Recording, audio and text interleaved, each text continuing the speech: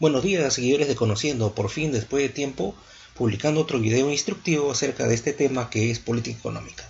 Bien, política económica la vamos a definir a continuación como lo que son las estrategias o la manera de poder solucionar de los gobiernos o presidentes o bloques de gobierno que también, pues, dependiendo del tipo de gobierno según sea el país, en donde se atienden los problemas que son necesarios de poder cubrir en ese momento, ¿verdad? Entonces, la política económica viene a ser las normas o medidas que los gobiernos disponen para poder revertir estos desequilibrios. Acuérdense que puede haber crecimiento económico como también puede haber recesión. No puede haber el exceso por ninguno de los dos, porque si hay mucho crecimiento, es lógico que nos acostumbramos mucho a poder estar en una etapa muy bonita, muy buena, en donde todo es color de rosa, para luego después no poder enfrentar lo que son problemas de recesión, ¿verdad? Ha ocurrido en algunas economías. El propósito de toda economía, como siempre, es el de poder alcanzar los objetivos propuestos. Bien, a continuación vienen lo que son las 4 propuestas o objetivos generales de toda economía o política económica. Esto normalmente lo habla cualquier siempre candidato que se presenta a la presidencia, ¿no? Primero, la primera promesa que se hace siempre es la de promover el desarrollo socioeconómico, ¿no? O sea, elevar el estándar de vida de la población. Ahora, ¿a qué se puede llamar o denominar el estándar de vida de la población?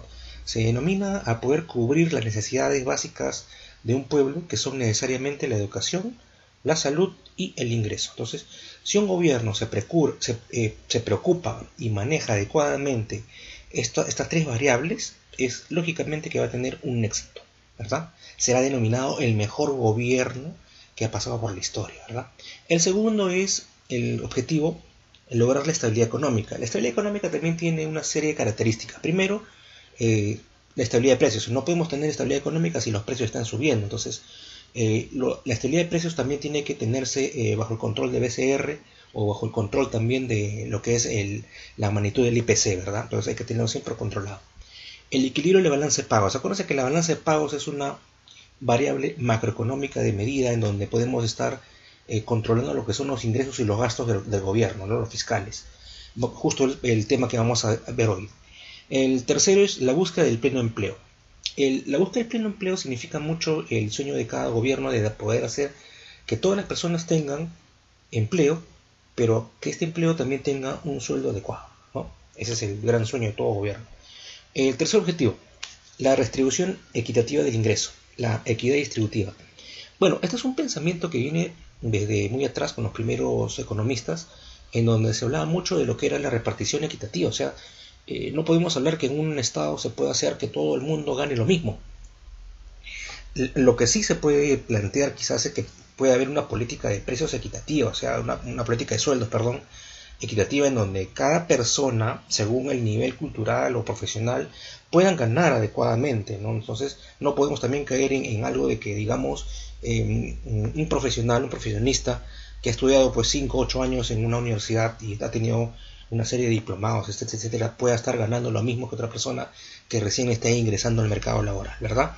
Entonces tenemos la tercera, que vendría a ser, perdón, la cuarta, la sostenibilidad del sistema económico, o sea, la equidad entre generaciones. Esto es algo que siempre, la mayoría de gobiernos siempre lo hacen, porque cada vez que termina un gobierno, cada vez que pasa 5 años en el caso de mi país, se patea el tablero, o sea, se resetea de nuevo todo y volvemos a comenzar de cero. No, que lo anterior no funcionó, entonces hay que aplicar otra medida que sea mucho mejor que la anterior, cuando en realidad se debe continuar estas políticas porque son a largo plazo. Nadie entiende todavía que estas medidas a largo plazo dentro de la economía de un país son a largo plazo, no son a 1 año, a 2 años, pueden ser inclusive hasta a 15, a 20 años. Si hablamos de medidas educativas, normalmente solamente podemos esperar resultados 15 años después, ¿no? Para poder analizarlos o evaluarlos. Bien, ahora, dentro de estos temas que estoy queriendo hacer los videos, los instrumentos de política económica, también se le denominan así a las herramientas que se tienen que utilizar para poder hacer estos manejos dentro de la economía. Entonces aquí tenemos lo que son la política fiscal, la política monetaria, la política cambiaria y la política comercial. Bien, La política comercial, voy a dejarles el enlace porque ya he hecho un video acerca de lo que era política comercial.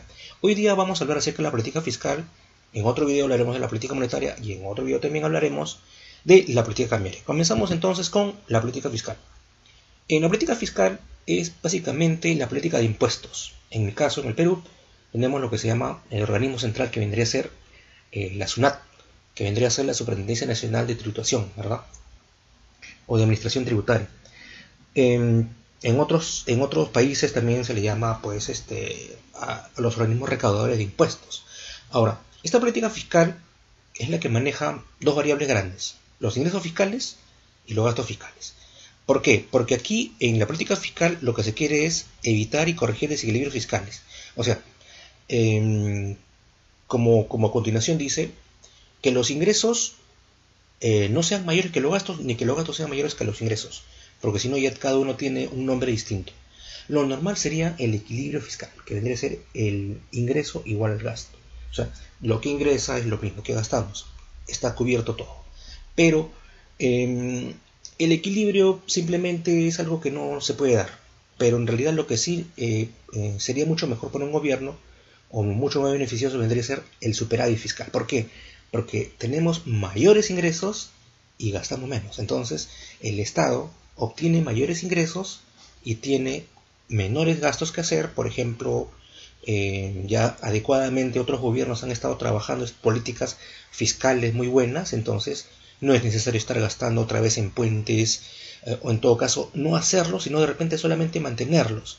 Entonces, no hacer más escuelas, porque de repente ya estamos saturados de escuelas. Hay que analizar la población, el tamaño de la población, y entonces, ¿para qué hacer más escuelas si todavía no tenemos tanto aumento de población? Entonces todo eso se planifica, ¿verdad?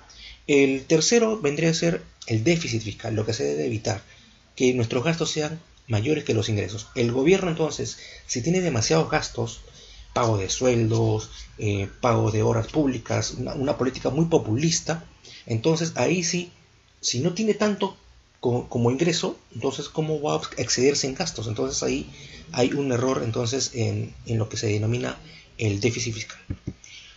Bien, objetivos de la política fiscal.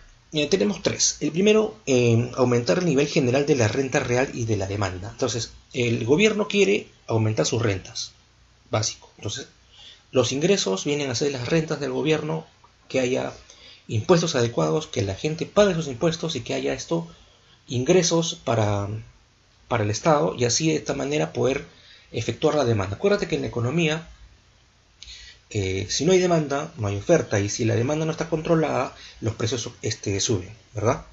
Ahora, segundo objetivo, contrarrestar los efectos de los auges y las crisis económicas. Claro, como hay ingresos, entonces podemos cubrir de repente alguna política populista. De repente nos toca una época de recesión, como antes teníamos, y entonces hacemos políticas para poder cubrir, políticas sociales. O sea, facilitamos subsidios en salud, subsidios en alimentos. Entonces hay dinero, pero todo eso, ¿cómo se ha hecho?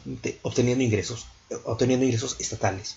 Tercero, redistribuir la renta y los recursos del Estado vía impuestos. Entonces, redistribuir la renta, no tanto así como que de acá obtenemos los sueldos para el Estado, para las personas estatales, pero lo bueno siempre es que vía impuestos siempre hay este tipo de ingresos, porque así nuestros gastos no son superados, ¿no?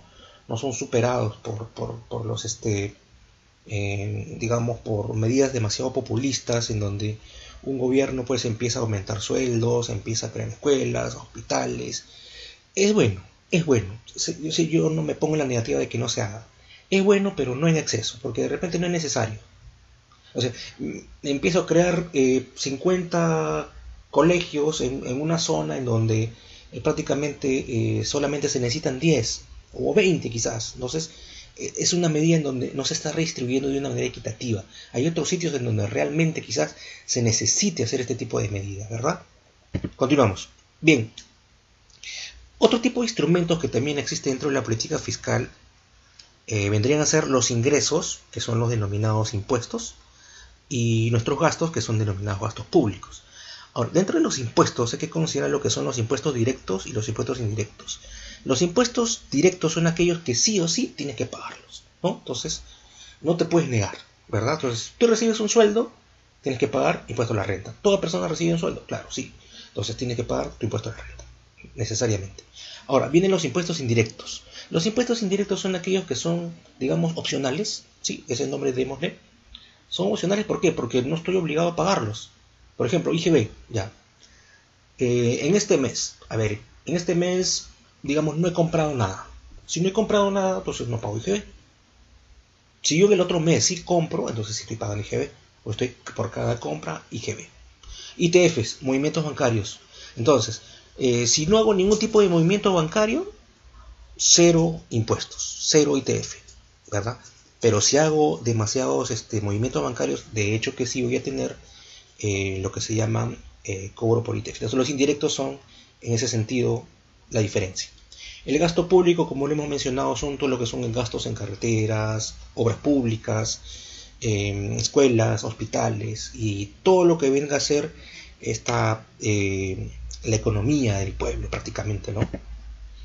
Ahora, la política fiscal tiene dos tipos. Se le denomina así, y en este cuadro está muy claro, lo que es la política fiscal expansiva y la contractiva. Hay una diferencia y fíjense que está muy claro en este cuadro. En una política fiscal expansiva es un gobierno que disminuye impuestos, ¿sí? La cantidad de impuestos la disminuye, de 20 impuestos lo disminuye a 10, ¿no? Y el gasto público aumenta, ¿no? Entonces, es un poco contradictorio, pero de todas maneras así se le denomina lo que se llama política fiscal expansiva. Por un lado aumenta el gasto público, pero por el otro lado disminuye los impuestos. Ahora, en una política fiscal contractiva ocurre lo contrario. Aumentan los impuestos, o sea, están aumentando los ingresos, pero el gasto público disminuye. Entonces, se está contrayendo de poder gastar. Entonces, a ese se le llama política fiscal contractiva, ¿correcto? Y estamos casi finalizando el video. Acuérdate, si este video te ha sido útil, dale un me gusta, dale un comentario, puedes compartirlo en redes, te agradecería mucho porque me toma un poco de tiempo hacer este material. Te voy a dejar la PPT ahora sí en un enlace en la parte de abajo. Dale me gusta, por favor, comenta, compártelo en tus redes para que de alguna manera este video pueda generar algún tipo de retribución hacia mi persona. Bien, entonces, mecanismo de financiamiento dentro del gobierno, dentro de esta política fiscal. Tenemos lo siguiente: financiamiento interno. ¿Cómo el gobierno puede financiarse? Primero, por privatizaciones y concesiones. Privatizar, ¿qué significa privatizar? Tenemos las empresas de luz. Las empresas de luz pertenecen al Estado, pero son empresas que de repente tienen excesivos gastos y lo dejamos en mano de empresarios privados. Han sido privatizadas, ¿verdad?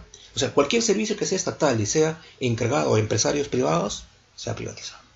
Las concesiones vienen a ser, por ejemplo, concesiones mineras.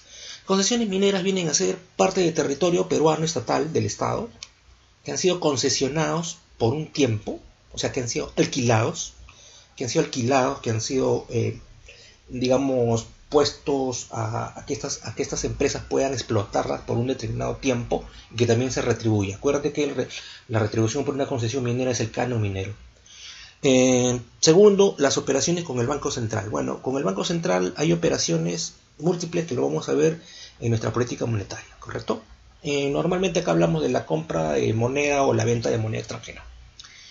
El tercero, el mercado local de capitales, o sea, bonos soberanos. Acuérdate que los bonos soberanos son títulos valores a nivel de países, y también las letras del tesoro público, ¿no? Letras del tesoro público que también vienen a ser nuestras letras nacionales, por decir nuestros títulos valores nacionales, que se pueden inclusive ofertar hacia otros gobiernos o también pueden darse a manera de pago, como deuda externa.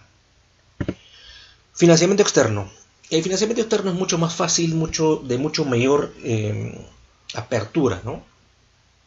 Pero las condiciones son muy, digamos, esclavistas.